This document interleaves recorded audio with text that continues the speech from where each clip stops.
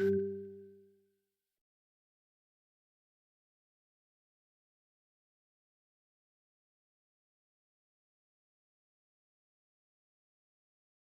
let's welcome our first speaker for today, Marija Zaklan. She's going to speak to us on how to use account-based marketing, ABM, to grow your pipeline. Marija is an experienced marketing professional with a track record in account-based marketing. With more than a decade of experience spanning agency work, corporate environments, startups, and consulting, Marija has helped businesses with marketing strategy, performance, and community building. As a marketing coordinator at DPV Transportation, she developed a comprehensive marketing strategy and brand identity, generating a 32 million pipeline for marketing sources, accounting for 30% of the total pipeline in 2 years. Her work spans across various industries, delivering significant results in both B2B and B2C markets. Marija, it's great to have you with us today. We look forward very much to hearing what you have to share with us today. The floor is yours. Thank you so much, and welcome everybody to the first session for today. So if you never heard of account-based marketing before, or you never tried it, I will try to give you some useful information and spark interest and maybe inspiration. And if you already did account-based marketing for your organization, maybe you will get some new ideas or just confirm what you already know. So let's move on with the presentation. I do have, yes. So nice to meet you. The moderator already told you about myself, so I don't want to repeat anything. Yes, I have all-round experience, and for the past several years, I've been focused on B2B marketing, and I will give you some examples of my own work and what I encounter while running the ABM program for DPV Transportation. So you may wonder, what is this ABM thing? So account-based marketing is a strategic approach where you create hyper-targeted, multi-channel and multi-touchpoint campaigns aiming at specific accounts you'd like to win as clients. ABM focuses on very personalized buying experiences to the influential people inside of these key accounts in order to win them, retain them, upsell them, and delight them. So ABM can basically be utilized in all stages of a customer life cycle, which is a great thing. Who is this ABM really for? So you may wonder, like, what kind of companies can utilize ABM? There are several factors. I compiled a list of 6 things here, and if you check at least 4 of them, you're very good candidate for ABM. So first of all, your company is dealing with very large deal sizes. So I like to use the benchmark of 100K per deal or per year in customer value. Obviously, ABM is great for companies who are selling even more expensive products and services, even if it's like $1 million figures. However, this needs to take into account lifetime customer value. So even if you're selling something that's relatively inexpensive, let's say a lot of software as a service companies use ABM for their marketing, even though their licenses may cost $100 a month. So a year, it's maybe $1,000. However, longevity and upsell is very important factor. So many of these companies are looking to acquire customers for life, or for many, many years, and to upsell to them regularly. A great example is a platform such as HubSpot. You know, you can start for free. You can have a first year for like insignificant amount of money. However, when you want to add more functionalities, more team members, switch tiers, add more users, add more contacts, it costs you more. However, this company is doing a great job of, you know, delighting their customers and proving the value to them. That's why it is one of the most successful softwares on the market. So longevity plus opportunity to upsell to your clients is important. Then, if you're dealing with long sales cycles, again, there's a benchmark of 30 plus days. ABM is for you. That means There's not a straightforward process when someone is considering your services or products. Some companies have such long sales cycles that are lasting for months, even years.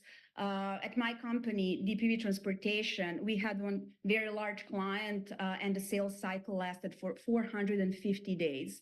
And let me tell you, like after day 200, the opportunity was in the contracting stage. So it can get very complex, very complicated. If the sales process is complex with multiple decision makers, so-called buying committee is involved, ABM is great for you. This means not only one person selects and decides to buy your product or a service, they usually need to work with their colleagues, they need to ask for budget approvals, they probably do some research, consult the experts. So it takes time and it takes many people to come to that decision. Some companies, especially if you're working with very large corporations or public companies, they have bidding processes, public bidding. That's a process on its own, and it involves many people. Another factor is relatively small number of high-level key accounts. So when you're not selling to the masses, you're very niche, or you have a specific product or a service that can help specific industries, companies, or specific job titles, so to say. All in all, you are not trying to win the volume of clients. You are trying to go after their very valuable few. And finally, it's perfect for B2B. If you're selling to other businesses, ABM, chances are it's for you. There are some outliers. I had a client that's doing yacht maintenance and installing some yacht equipments. You know that expensive boats and yachts are owned by individuals, so it's not necessarily business you're selling to. However, because the product is expensive and complex, there are many people involved with the decision. So even the yacht owners can have financial advisors. They need to consult with their family. They have captains and maintenance people. So if you're running a business that's B2C, but with this kind of outcome, you may consider ABM. So as you probably know from your experience, if you're a B2B company, buyer journey is very complex. I like this graph because it shows different stages from problem identification to exploration of the solution to requirement building and finally selection of suppliers. And as you can see, it's not a linear process. It's not straightforward. It has a lot of backs and forths. A lot of people are involved. So that's why ABM, as a strategy that utilizes multi-touch point and multi-channel approach, works with these kinds of scenarios. I like this analogy that compares traditional marketing, or like your inbound marketing, with ABM. It's like fishing with nets versus rods. When you cast a net, it's a catch-all. You catch a lot of things and you have a little control of what will caught in your net. So what will end up in your net? So you need to kind of select the fish from there, and you never know, you're never sure what the quality will be. But when you're fishing with a rod, you know what fish you want to catch. You equip yourself with right equipment, baits. You learn where to find that fish. You invest time and money. So there's more investment, both money and time, but the outcomes are much better. And you select what you want to get in the end. I do like this visualization as well. It's the funnel of traditional marketing approach versus ABM. So in traditional approach, prospects usually find you, especially if it's inbound marketing, and the funnel, you're starting from the top of the funnel, then you're filtering out those prospects by intent. You're seeing who actually wants to buy from you. And then when you qualify some of them, usually it's never like a large portion, you nurture them and try to sell to them, and at the end you have a conversion. However, ABM approach flips the funnel. First, you're going very narrowly into selecting your perfect key high value accounts. Then you're searching for buying committee members inside of those accounts and create content and messaging specifically for them to nurture them, to warm them up, or to bring them closer to the decision, depending on the stage, in order to get good conversion with high quality deals. So this is a good representation of how ABM works. So by now, if you did any kind of marketing, you probably encounter some challenges, especially if you're business-to-business company. Challenges of traditional approach are that they cannot really address complex buying process and long sales cycles. They're focusing on intent, and then they don't know how to manage other stages of a buying process. These tactics are usually spray and pray. So you catch a lot of things, but then the quality of your leads is not always perfect. You don't end up with a lot of sales qualified leads. That's where it comes to the sales and marketing conundrum, where both teams are blaming each other for poor outcomes. You know, sales may say, marketing doesn't give us good leads, and marketing is mad at, oh, so many leads, but sales cannot sell. Then one of the challenges of the traditional approach is focus on vanity metrics. So your leads, number of leads, website visits, engagement, those metrics can be great on paper. You can see the growth, but you cannot link it to your actual growth or revenue, and you don't know what's wrong. So I had an example with one client where they did good SEO with the good and expensive SEO agency. They created content that attracted a lot of people, but when we looked under the hood, the content was attracting end users. They don't have any intent of buying what the company was producing. Company was producing equipment for warehouses, and decision makers were managers that were in a 30 to 50 year age gap.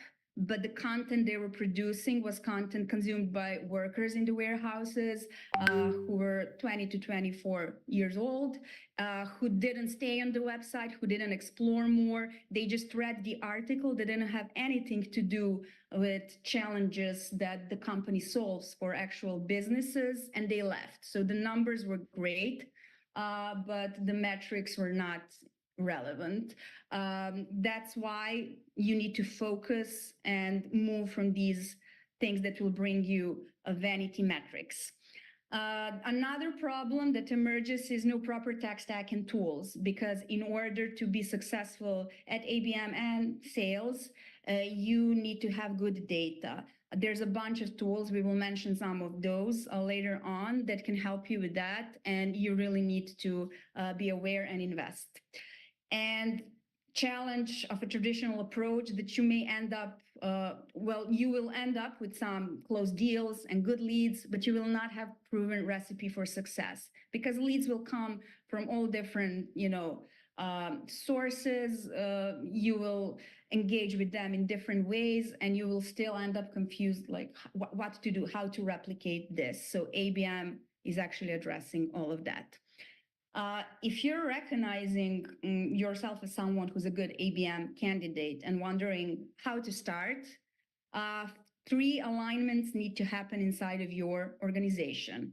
First is philosophical alignment. So sales and marketing, that are the pillars of ABM, and company stakeholders all need to understand and commit to the ABM process. They need to understand what the process is, what's the investment, and how it's going to go, in order to commit, and to run with it in the right way. So let's say you're working with marketing, you got the idea of suggesting the ABM approach. You really need to prepare yourself and prepare your case for sales team and for your CEO or your boss in order for this thing to work. So once you achieve that philosophical alignment, then you proceed to operational alignment. You need to agree on the target account, execution, and cadence. So we are not going to be working in silos anymore. Marketing is not going to do its own thing, and sales is not going to do their own thing. We're all going to work together towards the same goal, catching or like chasing the same accounts. And finally, we need to measure things. So metrics and goals alignment is important. First of all, there needs to be a company-wide North Star goal, which is usually a revenue goal. And marketing and sales need to come up with goals that will support that and to measure how and if the needle is moving in the right direction. So you decided to start. Here are the steps that I'm going to explain in a bit more detail as we go. These are the steps that you need to take in order to start your first ABM campaign. Usually it's a pilot campaign. You need to define the ICP, ideal customer profile, and you can have more. I will talk about that later. Then, based on that ideal customer profile, you compile the list of key accounts, literal list that will have 100, 200, 300 accounts, depending on your business and your scope. Then you need to prospect buying committee members inside of these accounts. Those are the actual people you are going to talk to, you are going to share your content with, and take them through the buying process. After that, you need to align your team and your processes to make sure you have everything you need to start, set objectives, then create messaging and content, make sure you have the right tools, and then when you run your first campaign, after a short period of time, you will be able to measure and optimize. This graph can also be circular because every time you're starting a new ABM campaign, you can basically repeat some of these steps. Obviously, not all steps are always going to be repeating, but you may define some additional ICPs, then you need to find additional accounts. Maybe those buying committee members will match with different job titles than your first ICP, etc. So this is a proven path of how to run with the ABM program and rinse and repeat. Before you start, you need to know who you are first. This goes without saying maybe, but we all know that sometimes businesses struggle to define themselves and their unique selling proposition in a right way, in a way that's easily comprehensible, and in the way that reflects with the actual buyers. So I suggest your marketing and sales team plus stakeholders, probably visionary or CEO, you can do this exercise together when you start answering these 6 questions, 5 W's and 1 H. Who buys from me? What do they buy from me? Why do they buy from me? Where do they buy from me? When do they buy from me? And how do they buy from me? This will spark so many ideas, and this will set your direction. Maybe you will realize that your message, your unique proposition is good, that what you have is good, but maybe you will redefine something. So start from there. And I usually like to say people need to land on your website and find a sentence like right at the beginning that will clearly describe what you're doing and who are you talking to. So for DPV Transportation, I will give you our opening statement. So at DPV, we are handling your ground transportation to get your people where they need to be, when they need to be, so that you can focus on running your company, organization, community, or higher ed institution. So in this one sentence, we established ourselves, we said what we're helping with, and that's actually bringing people where they need to be so that business owners and managers can focus on more important things, on running their business. And we marked our key target groups, which are companies, communities, and educational institutions. Now we're ready to start with our first step. You need to make a list of your key high-value accounts. First, you will define your ideal customer profile, ICP. ICP is a combination of patterns, features, and information about your best clients that you can use to go after more like them. Usually, ICP defines industry, location, company size, and revenue. These are the key factors that you can later on use to actually prospect companies like that. So how are you going to define this ICP? First, you need to get the existing data about your customers. If you have some sort of CRM, that's great. You need to take your 10 best customers. If you have 10 best customers, I will talk about what you do if you don't have customers yet or you have less. If you have less, analyze as many as you can, 2, 3, 4. So combine the data of their industry, location, revenue, and employee count. If you don't have CRM, I urge you to kind of start working with a similar tool, or if your CRM is not up to date, you will learn why for ABM, your information and information you keep recorded is very important for you. Then you need to interview your sales team and analyze the buying process and sales cycle length. Some of these things like sales cycle length, again, you can see in your reporting, in your CRM. If you don't have it, please establish these metrics. You need to talk to your sales team and learn from their firsthand experience. What are the questions they encounter? What are the actual needs of the buying committee members? What are the hurdles they needed to overcome in order to close a deal? And many, many more questions can emerge. You will get very valid information that you can use to craft your ideal customer profile. Not only interview them, but analyze their messaging, analyze sales emails, calls, proposals. Many companies deal with bid processes and formal proposals. So you should go through there, see what the requirements were, what the information was that you provided, and that will give you a lot of knowledge of your ideal customer profile. Then after that, analyze the buying committee. Take a look of all the job titles you encountered for these best clients when you negotiated with them. From the beginning of the sales process, from the time they subscribed to something or requested a meeting with you, or you met them at the networking event, and what happened after that? Who did they bring into the sales process? Who were other team members? Who were the blockers? And compile that data.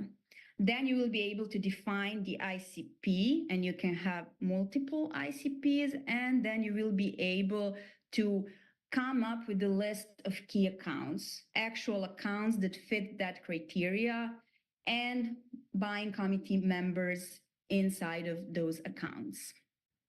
And what if you don't have customers yet? Obviously, make hypotheses, because when you came up with the product or a service you want to sell, you had some input, you had some ideas based on your own experience or talking to your peers and friends. So make hypotheses based on that. Also, try talking to peers, try talking to people who are in the same business, but they are not direct competitors. Maybe they're in different states. That's why networking is very important. So talk to them to get the answers to some of these questions I mentioned before. And you can also do an exploratory campaign where you will outreach to a sample of the buying committee members of your ideal client, of your hypothesis, to gather information. What do they need? What their problems are? What the aspirations are? What the challenges are? You can do that with cold emails or LinkedIn automation. Networking events are a great time to collect these answers.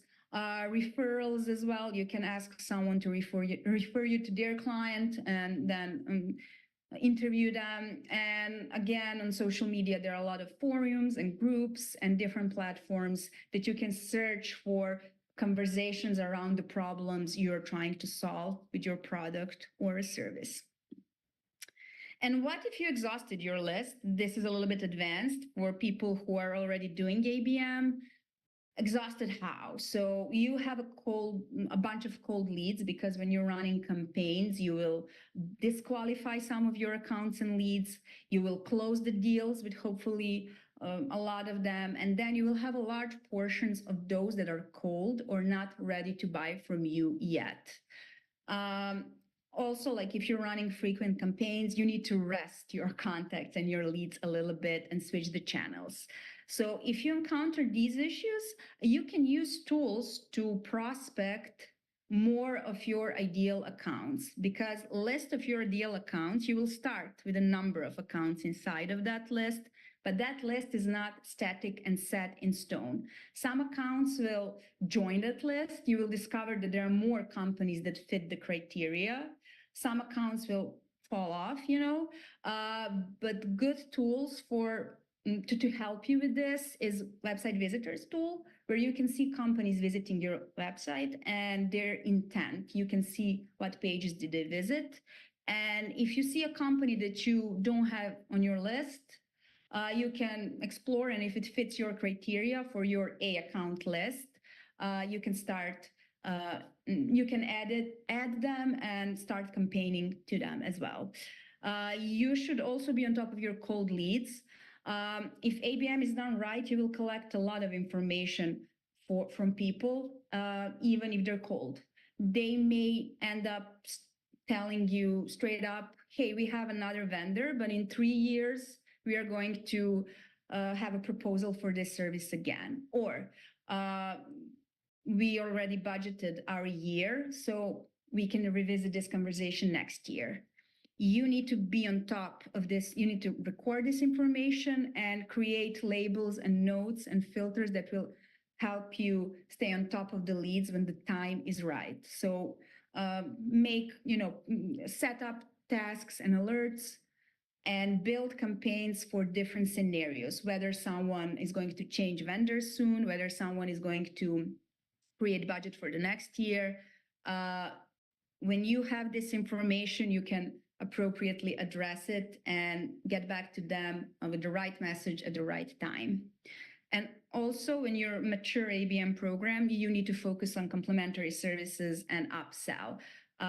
All tactics and the methodology that we use in ABM apply to this life cycle stage as well. So when you close the client, it's not done. You can use ABM throughout the life cycle.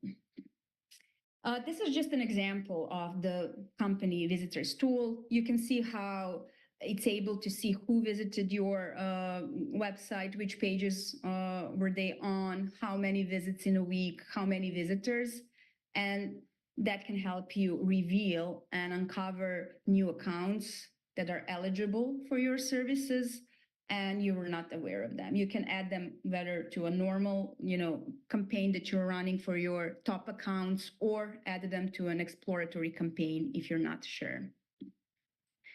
Now, when we compiled our accounts, we need to deal with the buying committee. So buying committee is the name of a group of people inside of an organization who is involved, in the buying process. There are different members and roles. I will define those roles on our next slide. But first of all, you need to see which job titles are relevant for your businesses. As I said, you can go to your past data to uncover job titles that you negotiated with and encountered during the sales process. Then you need to match them to their role in the buying committee. I suggest you have a field in your CRM that will mark the buying committee role. So in your future efforts, you can filter them out and create specific messaging for each of them. Then you need to go to your account list and find those job titles and those roles. Here is an example of definitions of the buying committee roles. Decision makers are people directly involved in the decision-making process regarding procuring services or products. They are closely working with influencers. They can influence the decision maker when selecting a vendor, whether they are an expert or they have a prior experience, or they run a complementary process. For example, procurement teams are often influencers. They're agnostic about whether you're going to choose this or that product or service, but they take care that the procurement process is done well. And if you don't comply with that process, it will influence the decision. Champions or coaches are people who initiated implementing a service or a product, or they are directly involved with introducing it to the organization. Usually they start researching and they are the first ones that will talk to you about the product. There are many other roles. I will mention blockers. They usually prevent you from reaching decision makers or are for some reasons against your product or service. You need to be aware of them. If they exist, you need to find counter arguments to prove the value to those who are interested in buying your product. There are also researchers. Usually researchers are not high up in the hierarchy and they will not make any decisions. However, they are often tasked with doing a research about a problem, a challenge, product, a vendor. If a researcher cannot find you, you will not make the list that they will send to their boss to go after the solution. So it's important to have them in mind and think about what are their intent, search queries, and similar things. How can you be on their radar? And there are some other roles that are indirectly involved with the buying process.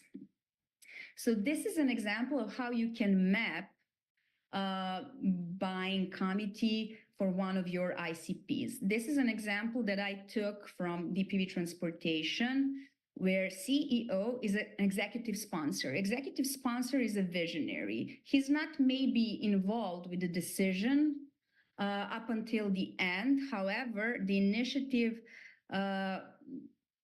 was crafted by him. So for this example, here's a big company that wants to bring more employees back to work. After COVID, the company went hybrid, so many people decided to work from home. However, CEO wants a solution and a way to bring more people to the offices voluntarily.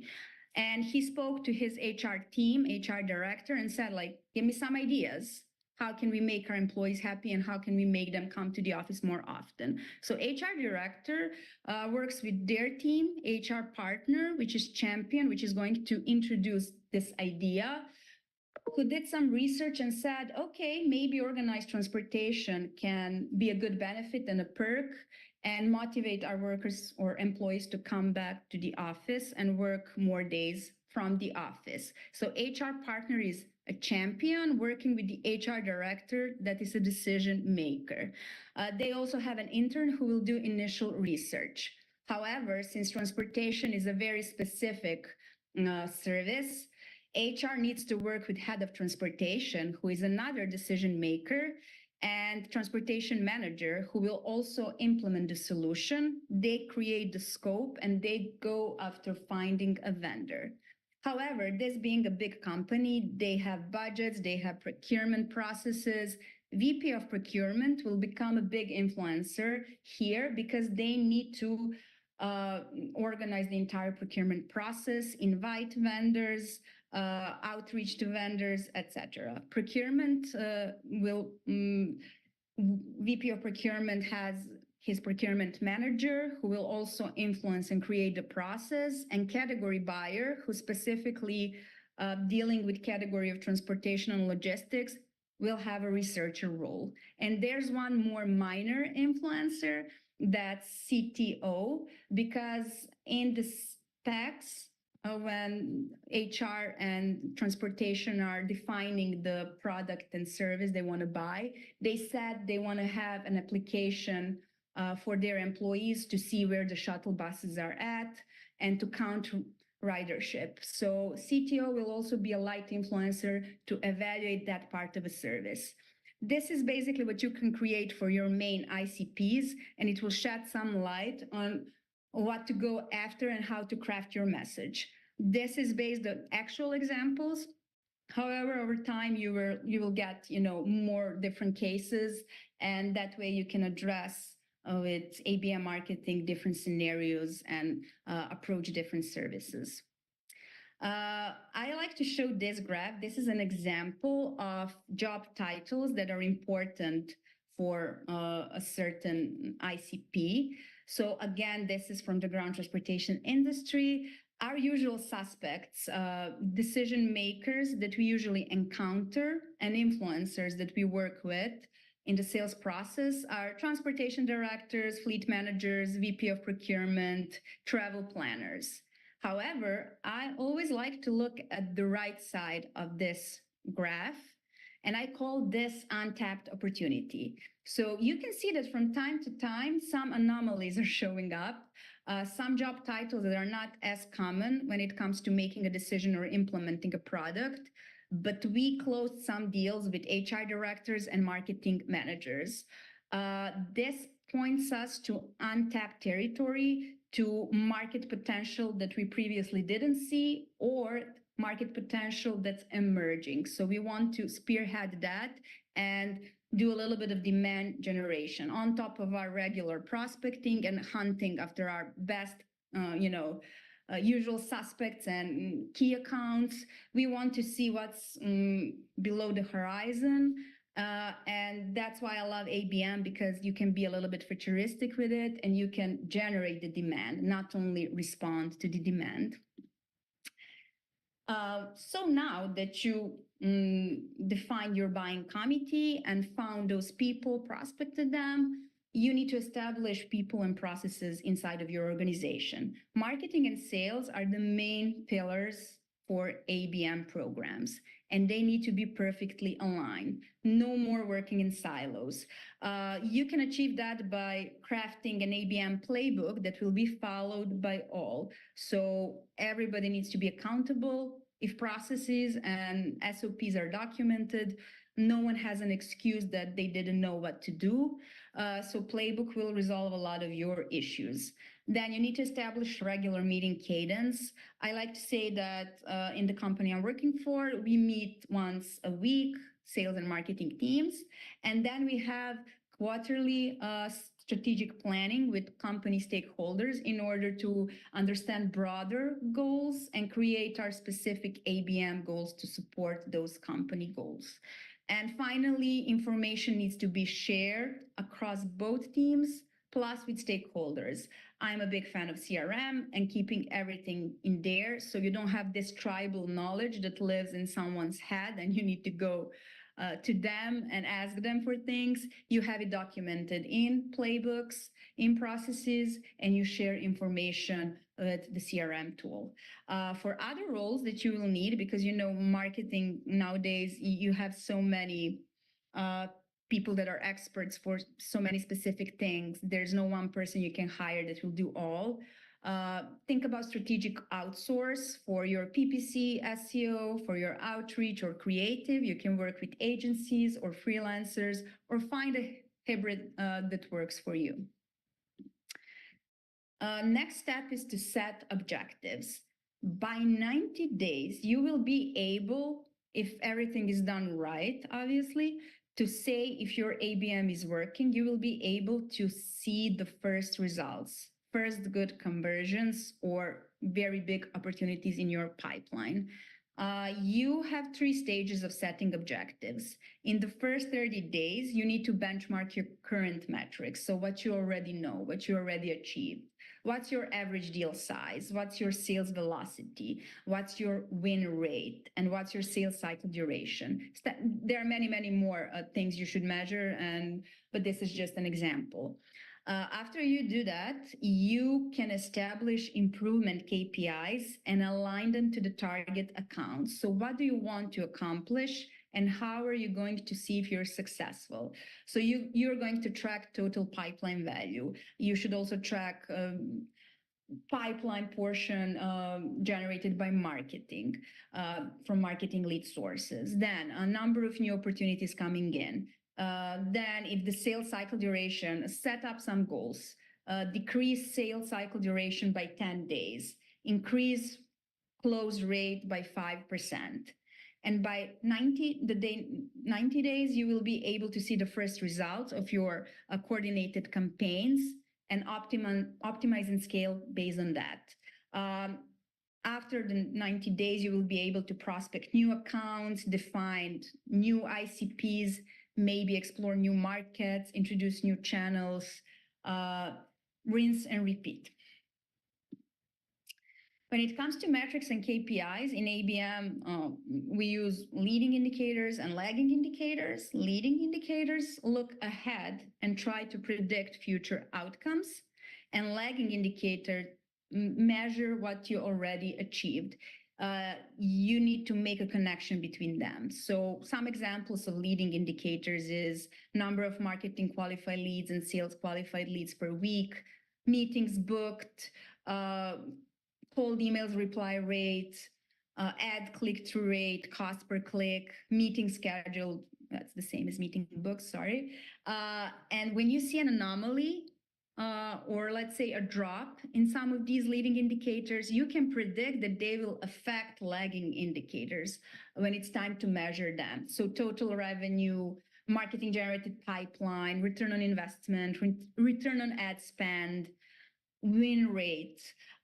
Leading indicators help you spot some changes or problems and address them as quick as you can. So if you see that the number of cold email replies is dropping for the past 2 weeks, you can expect pipeline to go down. So pipeline value to go down, or your average deal value to go down.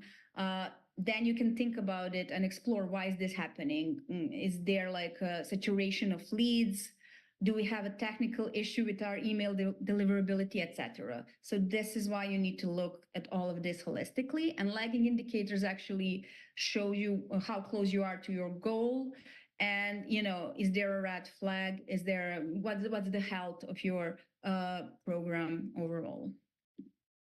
What we track, we have multiple dashboards, and these are some of the metrics that we track for our ABM boards. So pipeline data from average opportunity value to average one deal value, total open opportunities that are currently open versus open opportunities this year, total pipeline value, and then what we closed, what we lost. We do track pipeline from marketing sources. This is very important because then we can make better decisions, or what to accelerate, what initiatives to stop, what sources work for us, what channels don't work as well. And of course, total won opportunities from marketing sources. Average sales cycle duration is very important. And I need to mention that for all of these, we have comparison with the previous period, previous year or month, depending on the length we select. Many reporting tools inside of CRMs and other tools are allowing you to have reports like this. Win rate is very important, opportunities to deals. So what's that percentage?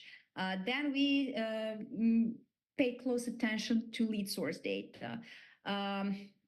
Opportunities value by lead source versus opportunities we closed, we won, and their value by lead source. That can point us to what channels are working best. Sometimes some channel will bring a lot of opportunities, but we are not able to close as much. So when we see the discrepancy, we can ask ourselves, like, should we fix something, or should we reinvest in some other channel, etc.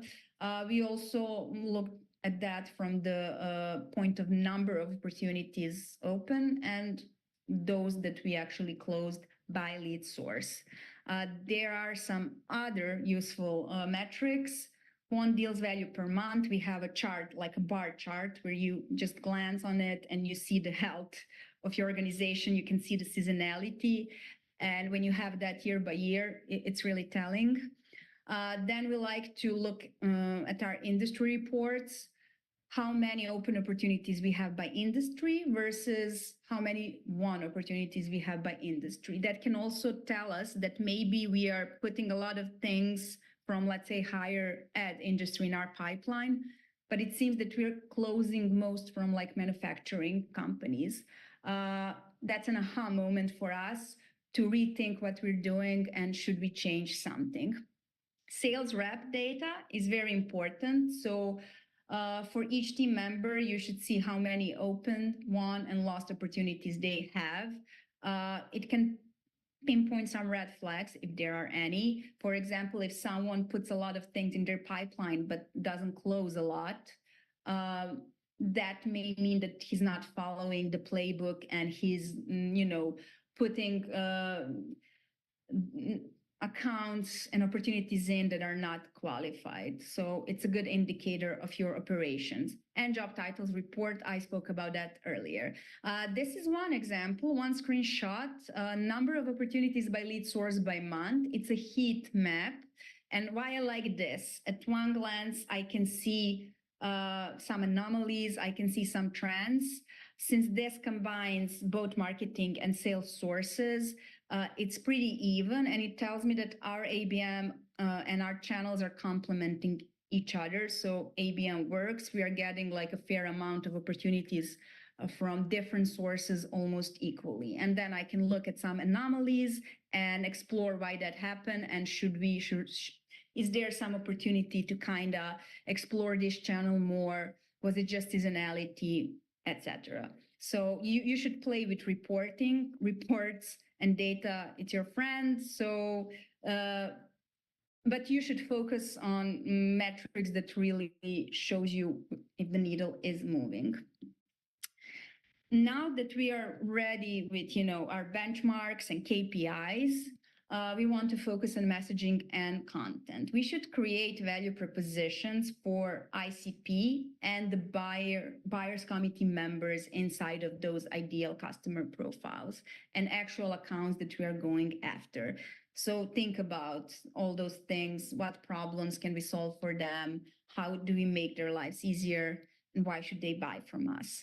Content should answer questions the prospects have for every step of their buyer's journey, from the cost to the ease of implementation, to why our solution is better than somebody else's. You should anticipate what those buying committee members, especially decision makers, influencers, blockers, and champions, are asking themselves, and have the content ready. Obviously, you cannot have everything. New things will emerge, but you need to compile the content, keep them in the content hubs that are divided by ICPs and buying committee members. Content types that you are going to create to answer different types of questions and to address different channels and avenues you're using in ABM marketing, from emails to advertising to networking events. Those content types are emails and sales scripts. There can be demos and free trials where you allow your prospects to see for themselves.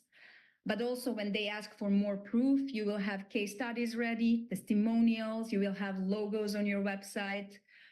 You should always build some useful materials such as capability statements that can be both in print and digital. We use printed capability statements when our sales team goes to networking events, and we can hand them out. We also send them proactively just to give additional information upfront before the questions emerge.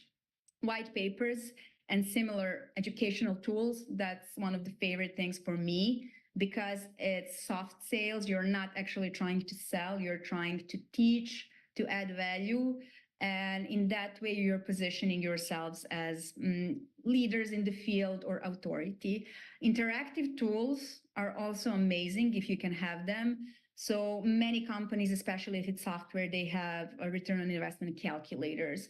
People can go in and just see for themselves how you can make them, earn more money or return the investment they made on your tool.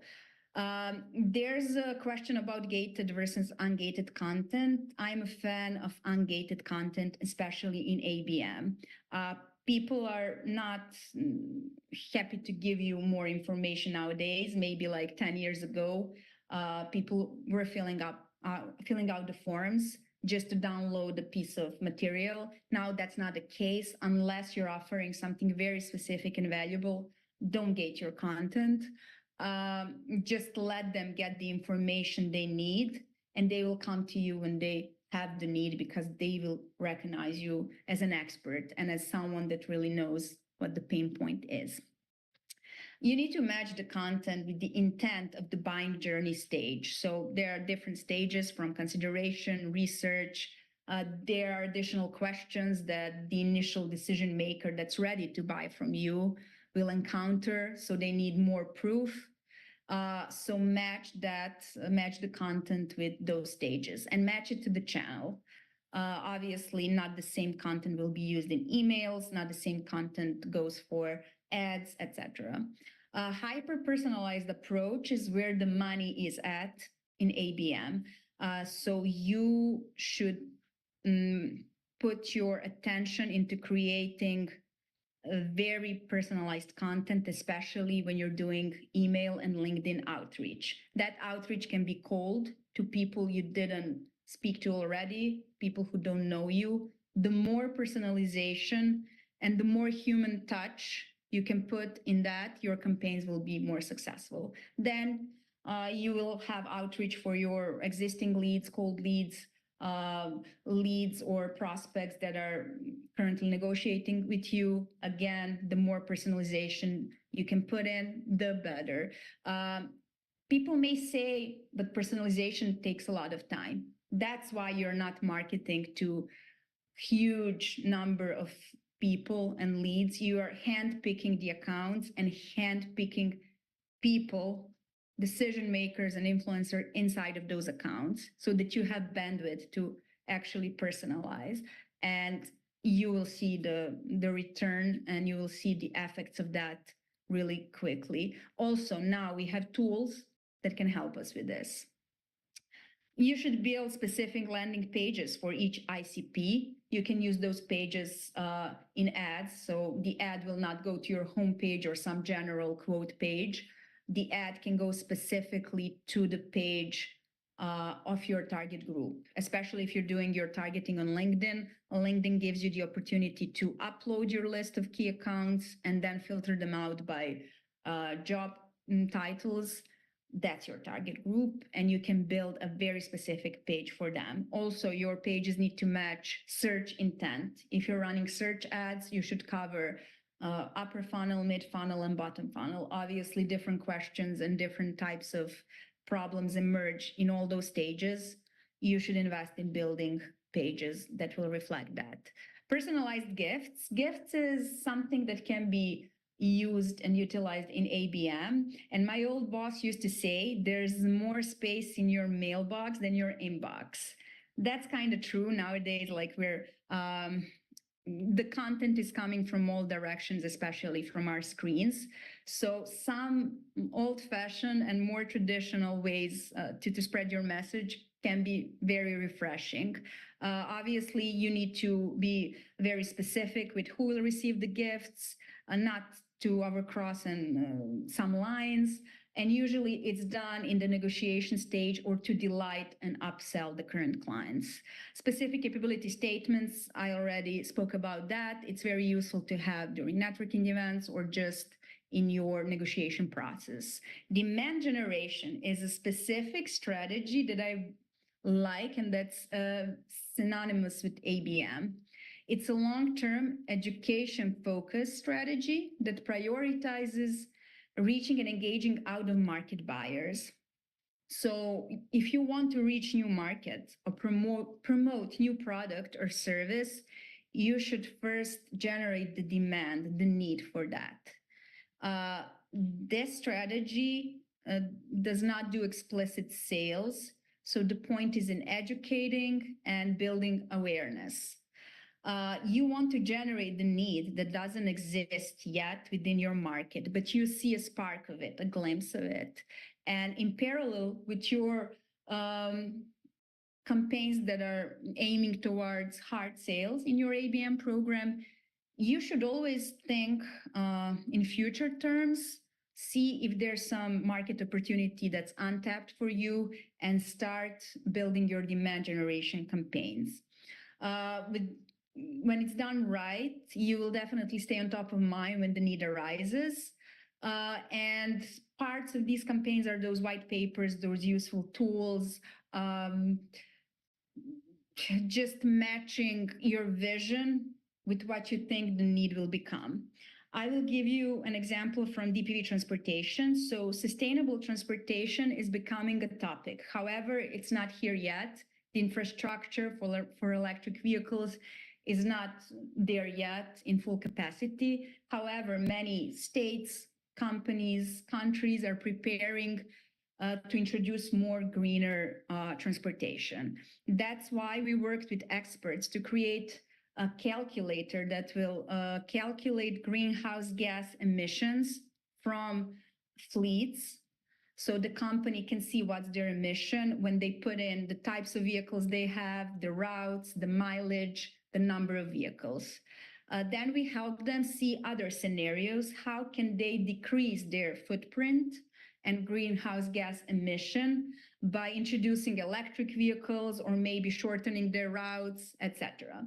So we invested a lot in this tool, and this is one part of our gate, the only thing that's gated on our website, because it's actual value, and the consultation is free, but it's done in person.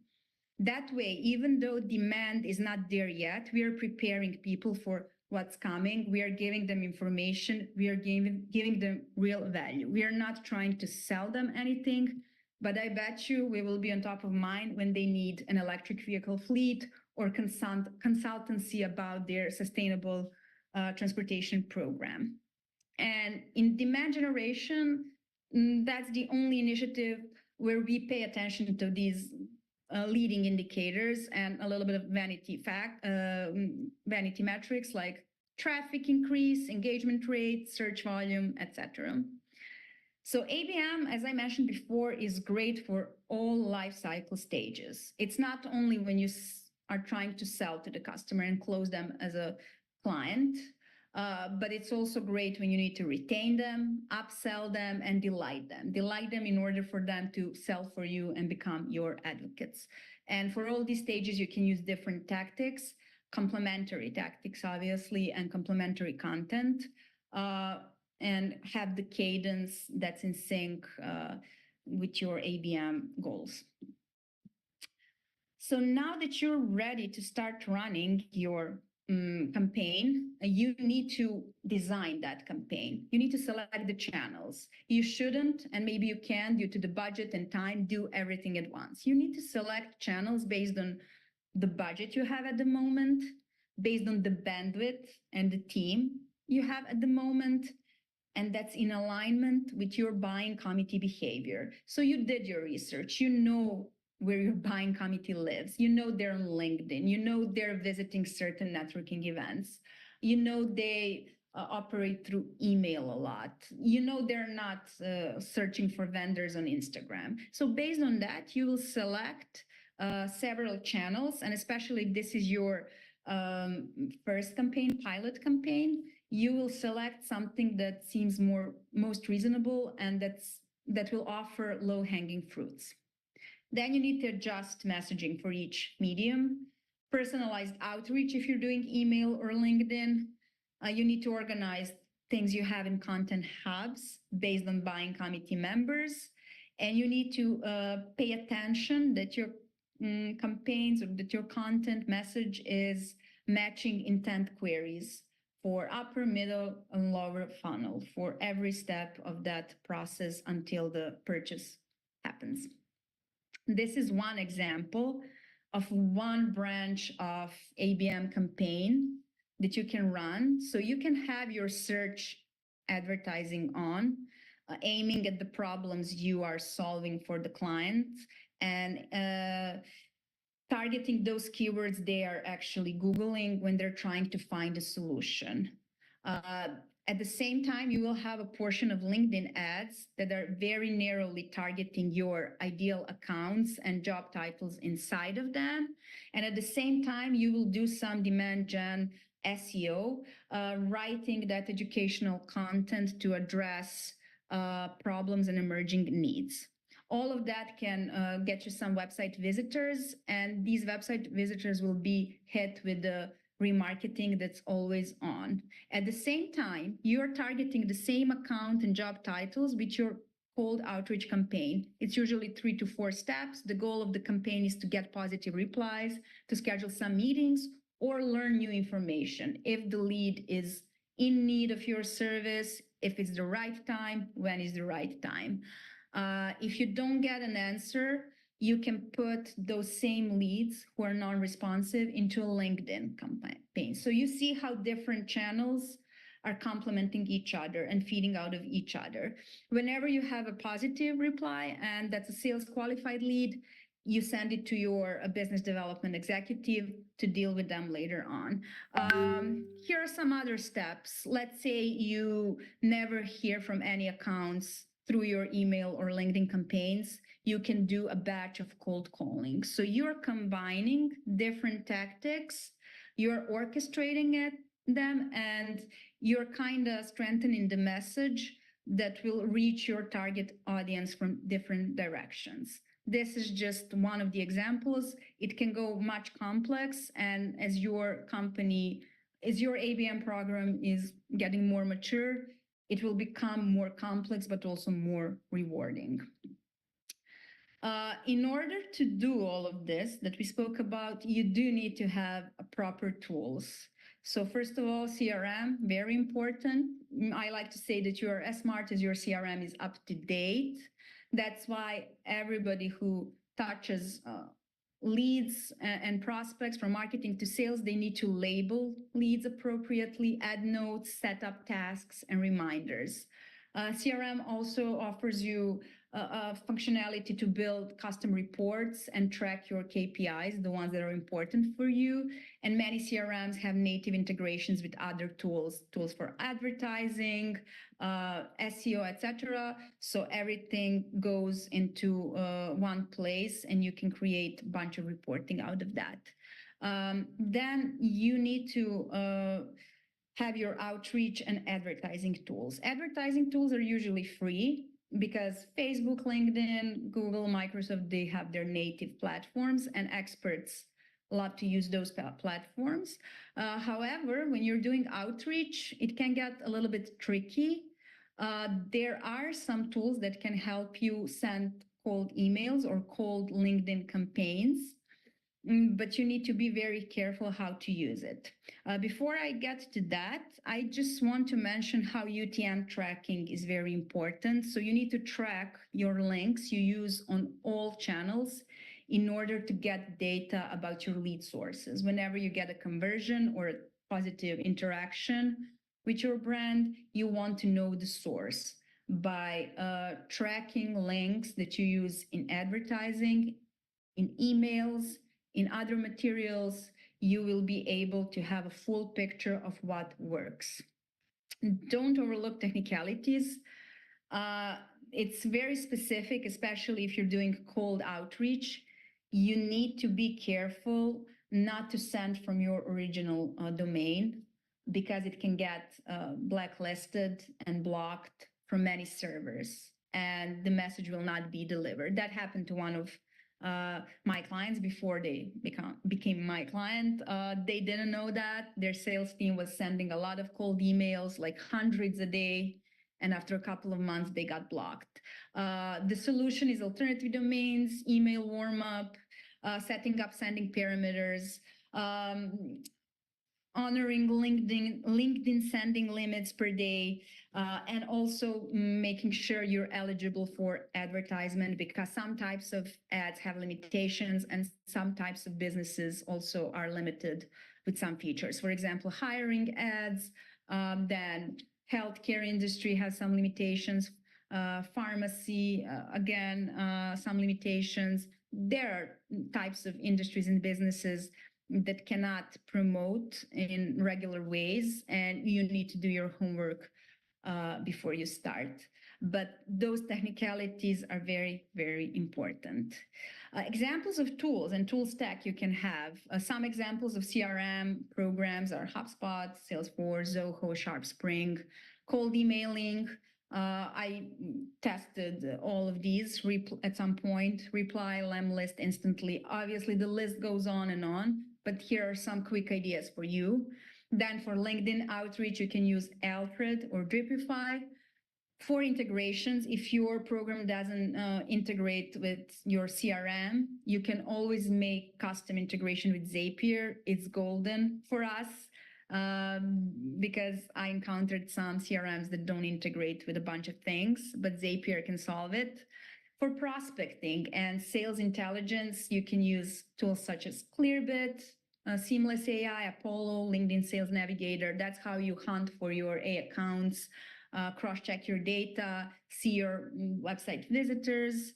And lastly, as your ABM program is getting more mature and more complex, it's obvious that in complex buying cycles, last click conversion is not the only thing you should measure if you want to be successful and replicate that success.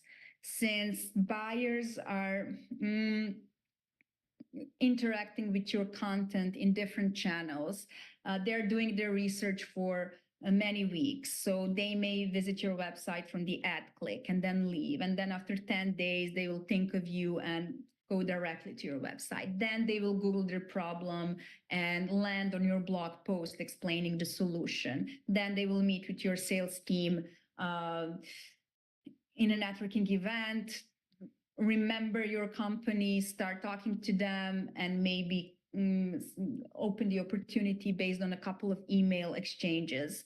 So all of these touch points are important, and there are tools that can help you measure that attribution, what attributed to the conversion. Some of those tools are What Converts, Hockey Stack, Factors AI, Wicked Reports. There are obviously many more, but here are some initial ideas. And yes, that's all from me at this moment. I tried to keep it both general, but also give you some examples. We can continue this conversation later on. You're free to, connect with me on LinkedIn or email me if you want more information or some help with ABM. And if I'm okay with the timing, it is time for your questions. Marija, that was amazing. Thank you so much. Really, really rich content there. A lot of stuff to think about. Just getting some comments, a lot of positive feedback on the chat. Dwight Pratomo says, I really like the content and the explanation. It's really clear and enriching. Andre said, I'm really liking this content. And in fact, I'm just thinking, even for us, I work in an ad agency and we have big clients like Procter & Gamble. And I'd never thought about it before, but a lot of the things you're talking about today actually we could implement. And I'm going to go back to the office on Monday and think, gosh, we've got to learn some of this and implement it. It's really, really useful. And I've found it actually personally very eye-opening. So thank you very much. We got a lot of interest, a lot of questions. So let's start taking some of those. I've been asked to say hello to Rajiv Shashir Nagar to say that, yes, we are really online. We are really live and here in the studio. This is not a pre-recording. So Rajiv, hello. And then to Adia, we have from Adia a question. Can you talk a little bit more and expand on the idea of lagging? Lagging indicators. So those are the things that already happened. If you want to see what's your pipeline value in May, you need to wait for the month of May to end. And in June, you will have that complete data. So that's something that happened and that shows you the health of your program and how far or how close you are to completing your business goals, your revenue goals, etc. So that's something that shows you the health of your company, of your ABM program. However, you cannot do anything about it. Whether when you're looking at your leading indicators, you see the trends, you see the anomalies, and that points you to do your research and see why the anomalies are happening. what are we doing well, what are we not doing well, and how these changes you can predict based on the leading indicators, how will that affect your lagging indicators month from now.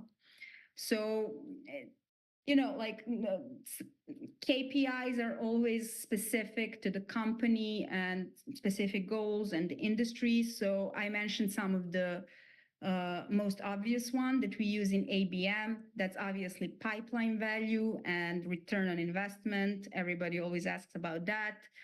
You can track many more things, but when you start doing ABM and when you start defining things you're working on, it will become much clearer where the spots you need to focus on. Thank you. The chat is sort of lighted up, actually, with lots of compliments just to make you feel good. Federico says, mind-blowing. Shishant says, superb.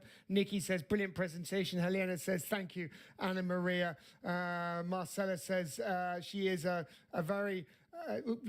she's a very cool communicator, clear, and really great examples and tools. So everyone is full of praise and very excited. I have a question from, it's always good to hear this stuff. It sort of makes you feel, I always think it's so important to say thank you to people and feel that they're doing a great job. We have a question from Eni who asks, could you please make the distinction between ABM, retention marketing, and lead nurturing? If you can just help clarify that a little. ABM, retention marketing, and lead nurturing. In my opinion, lead nurturing and retention marketing are a part of ABM. So account-based marketing is taking care of your key accounts and talking to them and keep selling to them through all life cycle stages. So when you try to close them, obviously that's most obvious to many people, to most of the people, I would say, but the job is not done when they're your client. You need to make sure they're happy with your services, you're addressing their needs, you're checking their pulse, and you need to orchestrate that as well. It will not just happen. People will forget about it. People in the company, sales team will forget about it. Operations will do their own thing. So you need to have a plan to have regular touch points with your current clients. For example, one example of retention marketing content for me is customer satisfaction service. You invite your clients to share with you their honest opinions and feedback. And then when it comes to lead nurturing, that for me falls into the sales process. Those are the people who are not ready to buy from you yet, but they are in theory eligible. You need to find mechanisms, you need to find tools to help you understand when is the right time to engage with them again, because they're important. You will not close everyone from the first get-go, however good your campaign is. So you need to always have cold leads on your radar and keep nurturing them until they're ready. Obviously, you need to be careful not to spam them. That's why it's better to have as much as data as possible. That's why we like to ask our leads, even if they say no, can you share a little bit more? Is it going to be a good time next year? Is it the budget? Is it like another vendor? When do you have your upcoming RFP for this type of service? Many people will share that with you because it's in their best interest as well. Great.